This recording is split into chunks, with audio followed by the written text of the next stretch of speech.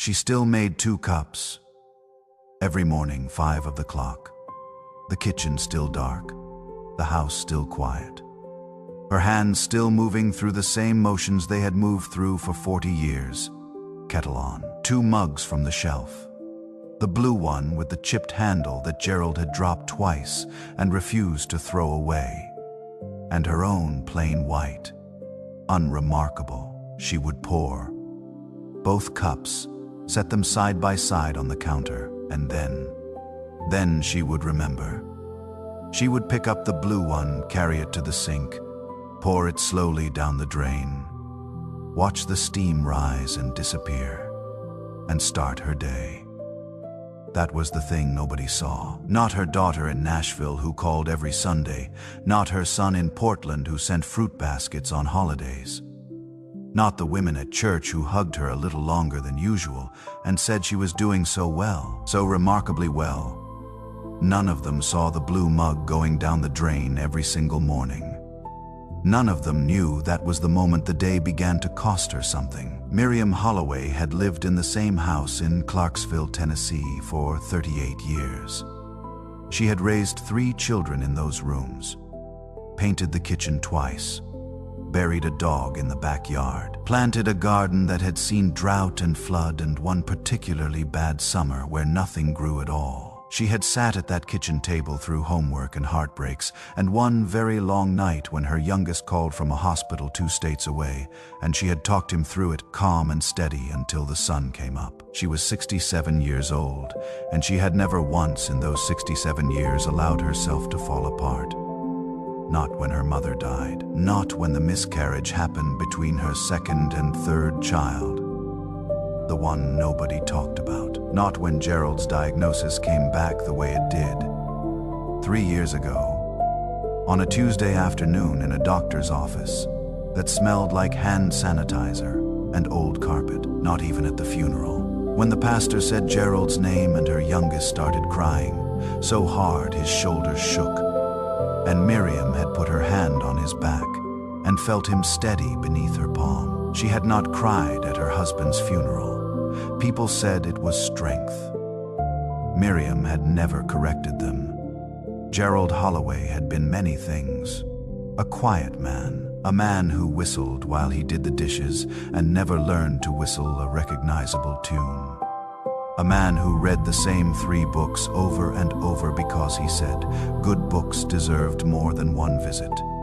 A man who planted things, tomatoes in May, sunflowers along the back fence, and the yellow rose bush, small and stubborn, that he put in the ground the summer before his diagnosis. When neither of them knew yet that anything was wrong, he said he wanted something that would come back every year.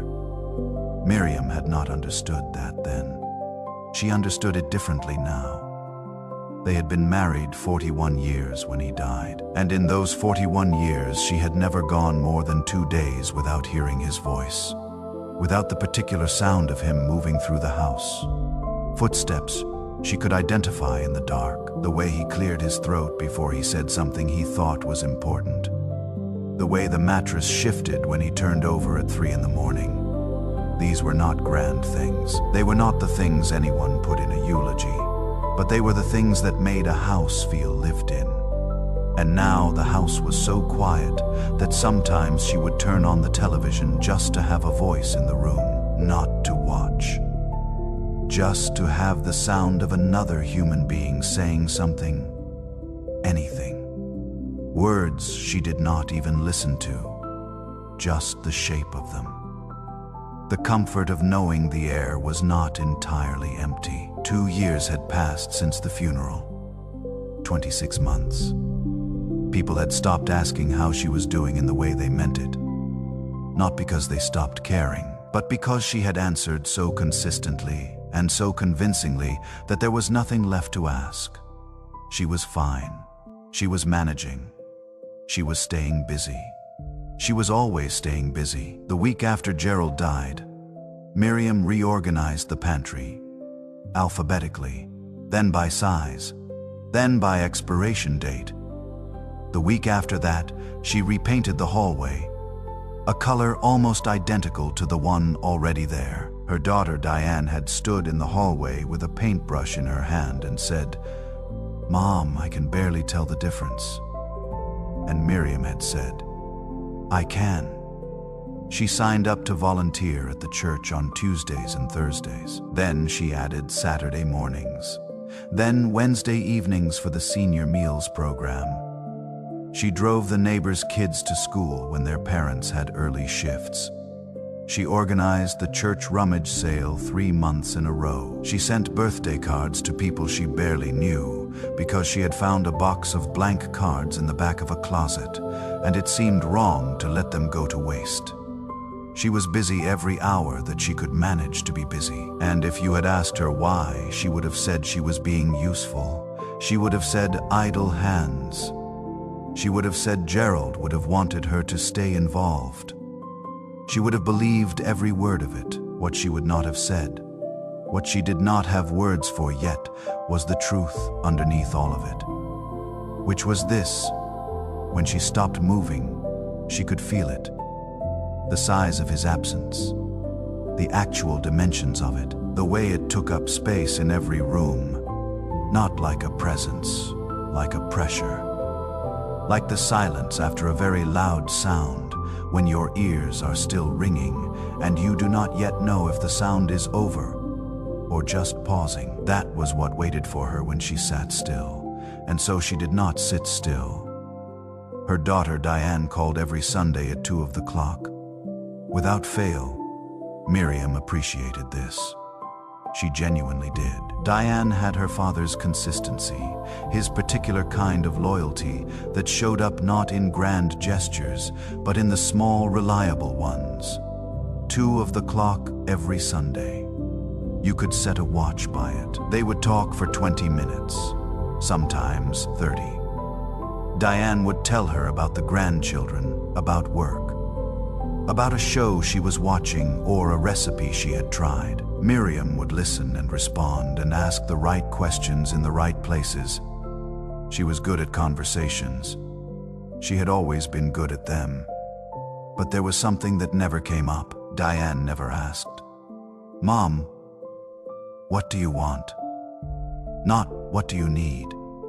Not how are you feeling? But what do you want? What is something you want for yourself? Just for yourself, that has nothing to do with any of us.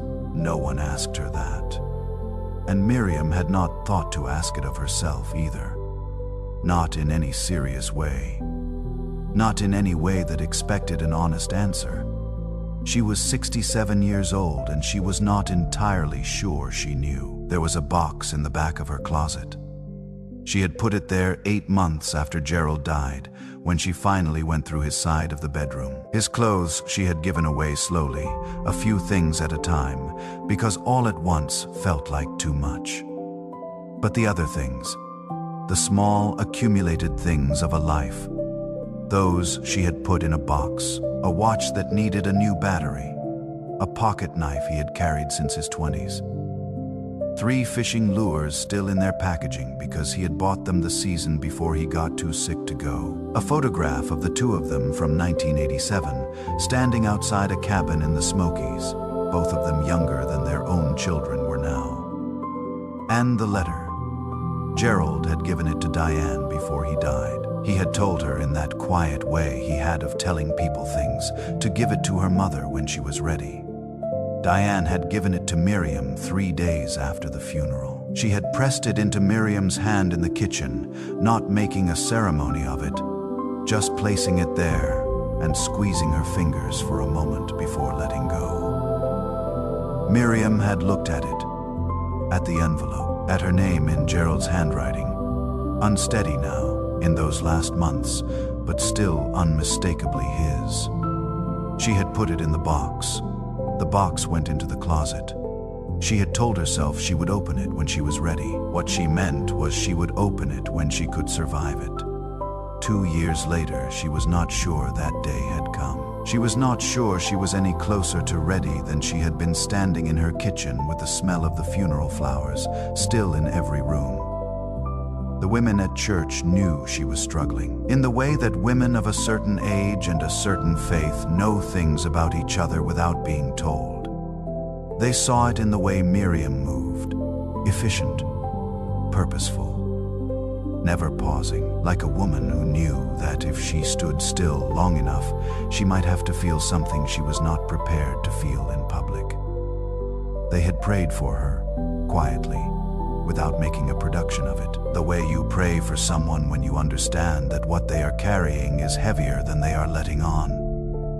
And perhaps those prayers were doing something. Perhaps something was already in motion that Miriam could not see yet. Perhaps the stillness that kept finding her in small moments, in the pause before she poured the second mug, in the 5 seconds between turning off the bedroom light and closing her eyes. Perhaps that stillness was not emptiness at all. Perhaps it was something waiting to be recognized. The Bible says, "Be still and know," not "be still and figure it out." Not "be still and make a plan." Just be still and know. Trust the knowing to come on its own. Trust the one doing the knowing. Miriam had read that verse 100 times. She had probably cross-stitched a version of it at some point in the 1990 seconds. She had not yet understood that it was written for her. Not the general her. Not all faithful women everywhere. Her specifically, Miriam Holloway, 67 years old. Clarksville, Tennessee. 2 mugs every morning, and only one person left to drink from them. The verse had been waiting for this exact season of her life. She just had not stopped moving long enough to let it reach her. March came in cold that year. Colder than usual. The kind of cold that made the old house settle and groan at night in ways that startled her awake. She would lie there in the dark, in the middle of the bed now, because there was no reason to sleep only on one side. And she would listen to the house and think about how strange it was that a house could feel so full of someone who was not there. She would get up, make tea, stand at the kitchen window, and look at the garden in the dark. Nothing growing yet, everything still beneath the cold. Waiting. She did not think of it as waiting then. She thought of it as nothing happening. She would stand at the window until the tea went cold, and then she would go back to bed and lie awake until 5 of the clock, when it was finally acceptable to start the day, when she could finally turn on the lights without feeling like she was admitting she had not slept. One morning in the 3rd week of March, she went out to check on the yellow rose bush. It had survived the winter. It always survived. Small and stubborn, just like Gerald had meant it to be. She crouched down in the cold and looked at the bare canes, brown and thin, and she thought, nothing yet. She almost went back inside, but something made her stay. Some small, inexplicable thing. She stayed crouched there in the cold with the damp ground soaking through the knees of her pants, and she looked at that rose bush for a long moment. And at the base of one thin cane she saw it. One small bud, barely there. Pale yellow-green against the brown. The very beginning of something. She looked at it for a long time. Then she stood up, went inside, put the kettle on. She did not know what to make of it. She told herself it was just a plant doing what plants do when the temperature shifts. She told herself it was nothing. But something in her chest had moved, something small and quiet, like a door not opening but just becoming unlocked. She poured 1 cup of coffee, set it on the counter, looked at where the second one usually went, and for just a moment, one unguarded moment, she let herself wonder what it might feel like to stop. Not forever. Not in any permanent way. Just for a morning. Just to see what was waiting in the quiet. She was not ready yet, but something in her, something she did not have a name for, was getting there. The first week of April arrived the way it always did in Tennessee. Slow and warm and smelling of something almost like a promise. The dogwoods along the street opened overnight. the way they always did, as if they had simply decided. No warning, no gradual unfolding, just closed one evening and opened the next morning, white and certain against the pale blue sky. Miriam noticed them on her way to the car. She stopped for a moment on the front walk, looked up. Gerald had loved the dogwoods. He used to say they were the most honest flower. They did not try to be anything other than exactly what they were. No fragrance to seduce you from a distance. No exotic color. Just clean white petals and the willingness to show up every April without being asked. She stood there for 11 seconds. She counted without meaning to. Then she got in the car and drove to the church. She had 3 things on her list for that Tuesday. Help sort the donated clothing for the spring drive. Deliver meals to 4 addresses on the east side of town. Pick up folding tables from a family who no longer needed them and bring them back to the fellowship hall. She finished all 3 by 1:30 in the afternoon. On the drive home, she passed a coffee shop she had never been inside. She had driven past it perhaps 200 times. She had never gone in. There had always been somewhere else to be, someone else to consider, some task that came before the small luxury of sitting in an unfamiliar chair and drinking something she had not made herself. She drove past it again, went home, made coffee in her own kitchen, drank it standing at the counter because sitting felt too deliberate. Too much like a choice she was not sure she was allowed to make. This was the invisible arithmetic of grief that no one talked about. Not the big moments. Everyone expected the big moments to be hard. Holidays, the anniversary, the birthday. People prepared you for those. They called on those days. They showed up with food. What they did not prepare you for was the coffee shop you never went into. The small, ordinary choices that used to belong to 2 people and now had to be made by 1. The weight of complete freedom when you had spent 40 years building a life around someone else's presence. That was the thing no one named. The loneliness of having no one to consult, no one to say, should we stop or should we keep going? No one whose preference mattered alongside your own. Miriam had not realized how much of her daily life had been organized around another person until that person was gone. And now every small decision, every inconsequential choice arrived with a faint echo of absence. She made coffee for 2 because it was the only version of the morning she knew how to make. It was Celeste who changed things. Not dramatically, not the way it happens in stories where someone arrives with the exact right words at the exact right moment and everything shifts. It was not like that. Celeste Varden had lived in the house at the end of Miriam's street for 7 years. Miriam knew her the way you know a neighbor in a quiet neighborhood. Well enough to wave, well enough to exchange a few words about the weather or the state of the road after a bad winter. Celeste was 71. She had been widowed 7 years ago. Almost exactly when she moved in, Miriam had brought her a casserole when she arrived. The standard welcome, and Celeste had thanked her warmly, and that had been more or less the extent of it. They were not close, which is perhaps why what happened felt like something other than coincidence. A Wednesday evening in the 2nd week of April. Miriam had just come in from checking the garden. The yellow rose bush had 3 buds now. She had counted them. She was not sure why she kept counting them. She went inside and washed her hands and was standing in the kitchen trying to decide whether she was hungry enough to cook something real or whether crackers and cheese would be sufficient, which was a decision she had been making with increasing frequency and decreasing guilt, when she heard a knock at the door.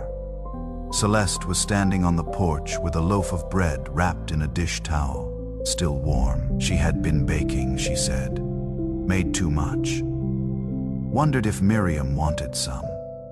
It was such a simple thing. Miriam stood in the doorway for a moment, and then she said yes, and she meant something larger than bread. Celeste came in. Miriam made tea. They sat at the kitchen table, and for a little while they talked about nothing in particular. The neighborhood, the family, 2 doors down, who had put in a new driveway, the particular stubbornness of the cold that year, and how late the garden was. And then Celeste set down her cup, and she looked at Miriam the way women look at each other when they have decided to stop talking about the driveway. She said, "You remind me of myself. Right after Thomas died, I was the most useful woman in the county for about 2 years." Miriam did not answer. She turned her cup in her hands. Celeste said, "I thought if I stopped being useful, I would stop existing. I thought the keeping busy was what was holding me together. But it was not. It was what was keeping me from falling apart in a way that might have actually helped." The kitchen was quiet. Outside, a car passed slowly. A dog somewhere started and then stopped barking. Miriam said, "I do not know how to be any other way." And Celeste said, "I know. That is not a flaw. That is just what happens when you have spent your whole life being needed. You forget that you are allowed to be something other than useful." She did not say anything after that for a moment. She let it sit. Then she said, "When Thomas died, I found a grief counselor who told me something I did not understand for a long time. She said grief is not something you move through. It is something you have to learn to be still inside of." And I thought that was the most useless advice I had ever heard, because being still was the one thing I could not do. Miriam looked up. Celeste said, "Then I broke my wrist. Slipped on the back step in January. 6 weeks I could not do much of anything. And I was furious about it for the first 2 weeks.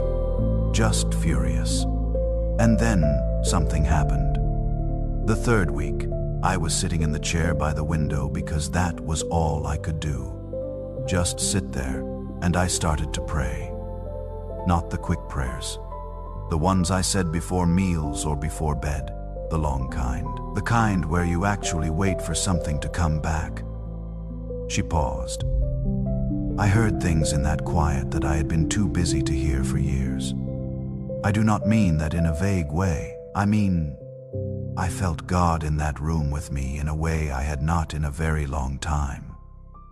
Not because he had been absent, because I had been too loud to notice him. Miriam felt something tighten in her chest.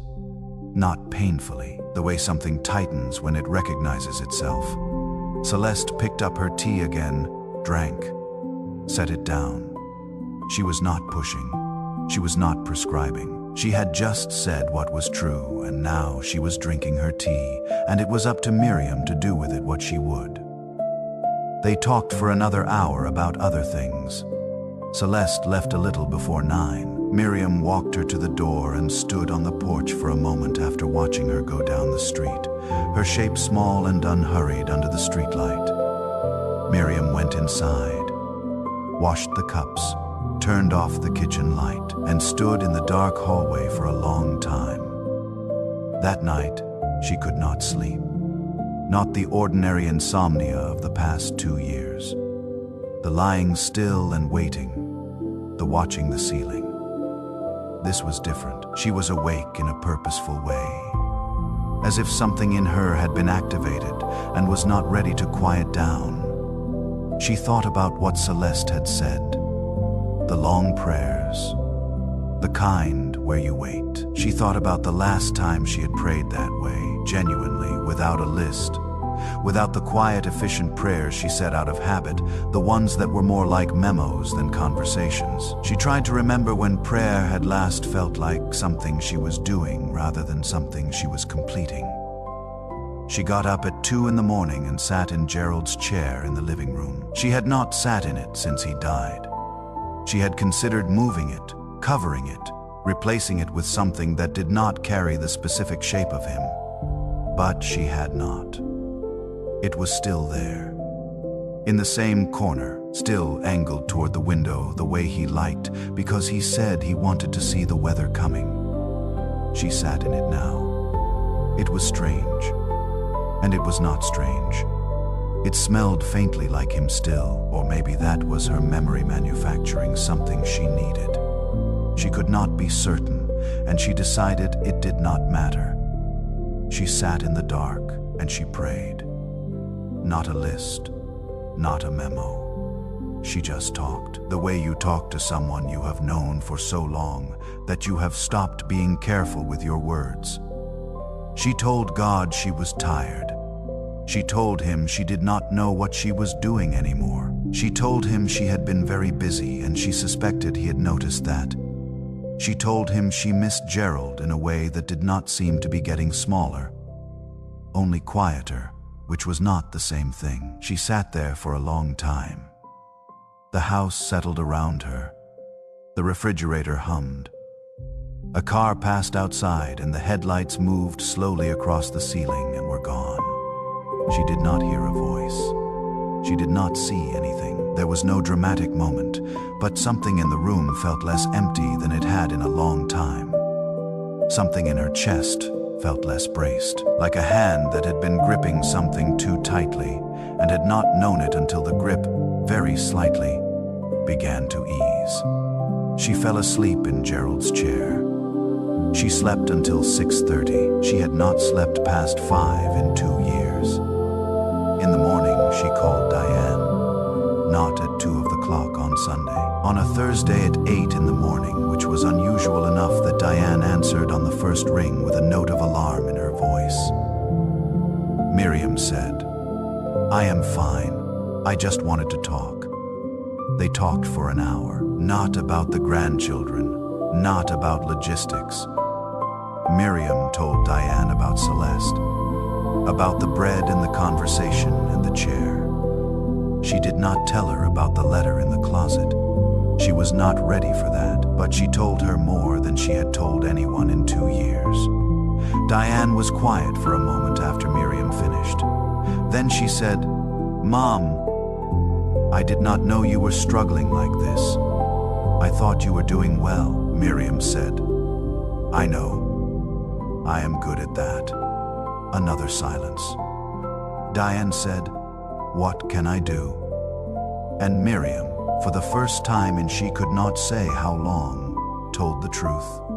She said, "I think I just need to figure out how to be still. I do not know how to do that, but I think I need to learn." That was a Thursday. By Saturday she had a fever. It came on fast, the way these things do when you have been running on fumes for long enough. A scratchy throat Friday night. By Saturday morning, her body had made the decision for her. She could not volunteer. She called and apologized, and they told her to rest, and she thanked them and lay back down and looked at the ceiling. She could not clean. Her body ached in the specific way that makes even standing feel like a negotiation. She could not drive, could not cook anything elaborate, could not make herself useful to a single person in the world. She lay in the bed in the middle of the afternoon, which she could not remember doing since her children were small. And the house was absolutely silent, and for the first 2 days, she was too miserable to have feelings about it beyond the physical. On the 3rd day, the fever broke. She was weak but clearer, and she was still in that house, still quiet, still unable to do much of anything. She lay there and looked at the ceiling, and for the first time since Gerald died, she did not try to fill the silence. She just let it be there. It was uncomfortable. She noticed that. The discomfort of not doing, the faint guilt of stillness, the habit of usefulness pulling at her like a tide, even when her body had no capacity to answer it. But underneath that discomfort, underneath the habit and the guilt and the 2 years of motion, something else. Something very quiet. Something that felt almost like the beginning of peace. Not peace yet. Not the full weight of it, but the edge of it, the atmosphere of it, the way the sky looks different. Half an hour before the sun comes up. Not light yet, but something has shifted. Something you can feel before you can see. On the fourth day, she opened her Bible for the first time in months and read without purpose, not looking for something, just reading. The way you sit in a garden without having a reason to, just to be there, just to be present in something that was alive. Be still and know. She had read it 100 times. That morning, she read it and felt it land differently than it ever had before, as if the words had been waiting for her to stop moving long enough to receive them. She did not know what came next. She did not know what God was arranging in the spaces she could not see. But for the first time in 2 years, she was not trying to arrange it herself. She was lying in the middle of the bed in the middle of the afternoon. The house was quiet. Outside, the dogwoods were still open, white against the warm April sky. And somewhere inside her, something that had been clenched for a very long time was beginning, slowly and without fanfare, to open. She was better by the 5th day. She could stand without the room tilting.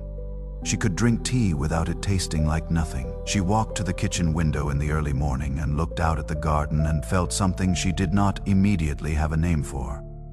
It took her a moment. It was stillness, but not the heavy kind, not the kind that had been pressing down on her for 2 years, like something she had to hold up. This was different. This was stillness that held her. She stood at the window for a long time. She did not make a second cup. It was the first morning in 2 years that she forgot. Not that she forgot Gerald. She would never forget Gerald. But she forgot the ritual of absence. She forgot to perform the missing. She just stood at the window in the early light and breathed. And the breathing was enough, and she did not know yet what to make of that. But she noticed it. She stored it somewhere careful. Outside, the yellow rose bush had 4 buds now. She had stopped counting them out loud, but she noticed each new one the way you notice something speaking in a language you are only beginning to understand. She did not go back to volunteering the following Tuesday. Not because she could not. She was well enough by then. She could have gone. She almost called to say she would come in. She picked up the phone twice, set it down twice, stood in the kitchen with the phone in her hand and asked herself, honestly, for perhaps the first time, what she actually wanted to do with this Tuesday morning. The question felt strange in her mouth, even as a thought. What do you want? Not what needs doing. Not what is useful. Not what will keep your hands occupied and your mind from going to the places it goes when there is nothing to do. What do you want? She stood there with the phone and she waited for the answer, the way Celeste had described waiting in prayer. Not filling the silence. Just letting the silence be productive on its own. What came back was quiet and simple and a little embarrassing in its smallness. She wanted to sit in the garden, not to weed it, not to assess what needed doing before the real growing season. Just to sit in it, pull a chair out to the patch of morning sun near the back fence and sit there with her coffee and do absolutely nothing except be outside in April with the birds, making their particular morning argument, and the smell of the ground warming up after a long winter. She had not done that since Gerald died. They used to do it together on weekend mornings. Saturday out there with their coffee and barely talked because they did not need to. 40 years of mornings, and they had gotten very good at being quiet together in a way that was not empty. After he died, she had stopped going out there. Too much of him in it. His chair, the way he used to tilt his face up to the early sun with his eyes closed, like he was storing the warmth for later. But this Tuesday morning, something shifted in her about that, she thought. Maybe it does not have to be a place I avoid. Maybe it can be a place I go to be near him. She carried her chair out to the garden. She carried her coffee.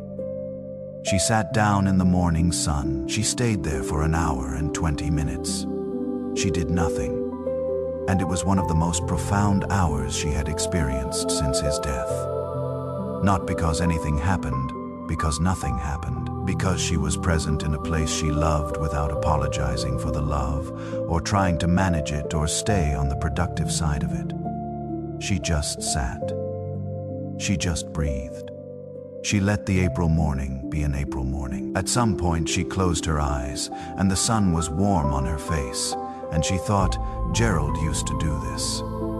He used to sit here and store the warmth, and I used to think it was a small thing. It was not a small thing. It was an enormous thing dressed up small, the way most enormous things are.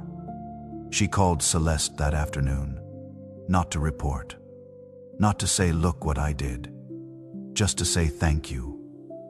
For the bread, for the conversation, for telling the truth about her own grief in a way that gave Miriam permission to start looking at hers more honestly. Celeste said, "How are you feeling?" Miriam said. "Different. I do not know how to explain it yet." Celeste said, "You do not have to explain it. Different is enough for now." There was a pause on the line, comfortable. The kind of pause that exists between people who have decided to stop filling silence out of obligation. Then Celeste said something that stayed with Miriam for a long time after they hung up. She said, "The thing nobody tells you about grief is that God is in it. Not outside it watching you suffer. In it, moving around inside it, rearranging things in the dark while you are sleeping. And all the running around, all the staying busy. It is not wrong. It is human. But it can get in the way of letting him do what he is doing. Sometimes the most faithful thing you can do is just get out of the way." Miriam held the phone after they hung up and looked out the window at the garden. The afternoon light was long and golden across the grass. She thought about all the running she had done, 2 years of it. And then, more gently, "I wonder what I still have time to find." The letter had been in the closet for 2 years and 3 months. She had thought about it more in the past 2 weeks than in all the months before. Something was loosening in her, some grip she had kept without realizing it on the version of herself that could not survive what that envelope contained. She was not ready yet. She knew that. She could feel the shape of not yet with some precision now, but she was closer than she had ever been. And knowing that felt like something. One evening she went to the closet, and she opened the box, looked at her name in Gerald's handwriting. The letters uneven, written in the last months when his hands were not reliable, but careful. He had been careful with every letter. She touched the edge of the envelope with one finger. Then she closed the box. Not yet, but soon. On a Sunday morning in late April, she went to church, and for the first time, and she could not say how long, she did not go to serve. She did not arrive early to help set up chairs. She did not stay late to fold the programs. She simply went. She sat in a pew near the middle. She listened. The pastor spoke about a verse she knew so well she had stopped hearing it. He said, "We think being still is passive. We think it means doing nothing. But in Scripture, stillness is an act of war against anxiety.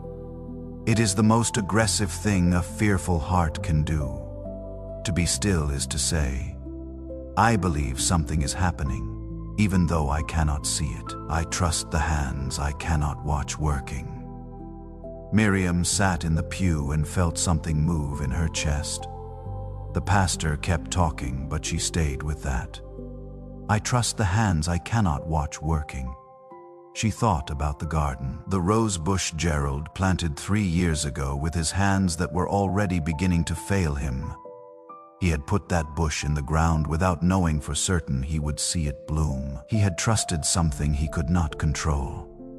He had planted anyway, she thought. That is what he was trying to tell me. Not with words, with a rose bush, with a plant that came back every year without being asked, with something stubborn enough to bloom after a hard winter. He had been teaching her something for 3 years, and she had been too busy to receive the lesson. She sat in the pew and the choir began to sing, and the sound of it moved through the old building the way it always had. The way it had moved through every grief and every joy the congregation had brought into that space over the decades, and Miriam let it move through her. She did not try to direct it. She did not manage it. She did not stay on the useful side of it. She just let the music find what it was looking for in her. And what it found was something very old and very tired and very much in need of exactly this. She cried quietly in the middle pew. Not the held breath kind of crying she had done at the funeral. The kind designed not to be seen, just tears. Simple and unhurried. She did not wipe them away quickly. She let them be there. The woman beside her, someone she knew only slightly, reached over and put her hand on Miriam's without saying anything. She did not say it is going to be okay. She did not say Gerald is in a better place. She did not say anything at all. She just put her hand there and left it. And that was more comfort than 2 years of casseroles and Sunday phone calls and being told she was doing so well. She went home after church and she made lunch. Something real this time, not crackers and cheese. She made soup from what she had, stood at the stove and stirred, and the kitchen smelled warm and alive, and she thought, I used to love to cook. I used to cook because I loved it. Not only because someone needed to eat, she ate at the table, not at the counter. She set a place for herself with the good placemats, the ones she saved for when company came. And she sat down and ate slowly. And she thought, I am company. I am allowed to eat with the good placemats. It sounds like nothing. It was not nothing. That evening Diane called. Not Sunday, Saturday, which was unusual, she said. Mom, I have been thinking. I want to come visit, not to check on you. Just to visit, if that is okay, Miriam said. Of course it is okay, Diane said. I thought we could just spend some time together. I could come next month. There was something careful in her voice, something that was trying very hard not to be worried. Miriam said, Diane, I am okay. I mean that differently than I have meant it before. A pause. Diane said, How do you mean it now? Miriam was quiet for a moment. She thought about the garden, the chair, the morning sun on her face with her eyes closed. She thought about Gerald's chair at 2 in the morning, and the prayer that felt like a conversation for the first time in years. She said, I think I have been very busy trying to get through this, and I think getting through it is not actually the point. I think the point is to let it do what it is doing. Silence on the line. Then Diane said, Dad used to say something like that. Miriam said, I know. Another silence. But not uncomfortable. The comfortable kind, Diane said. I will come in May. We can sit in the garden. Miriam said, I would like that very much. After she hung up, she stood in the kitchen for a moment. The evening light was coming through the window at that low angle it gets in April, gold and particular, the kind of light that makes everything look like it was painted that way on purpose. She thought about what Celeste had said, about God moving around inside the grief in the dark, rearranging things.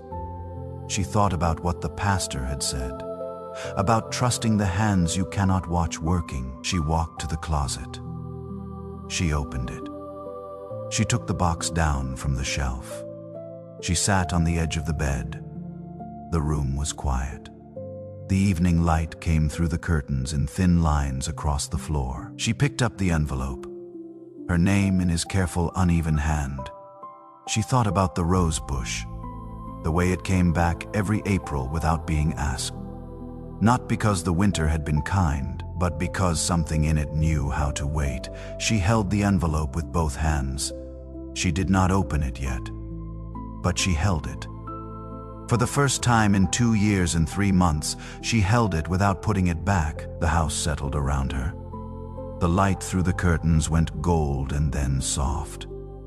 And for the first time in a very long time, she did not feel like she was the one holding everything together. She felt like something else was doing that.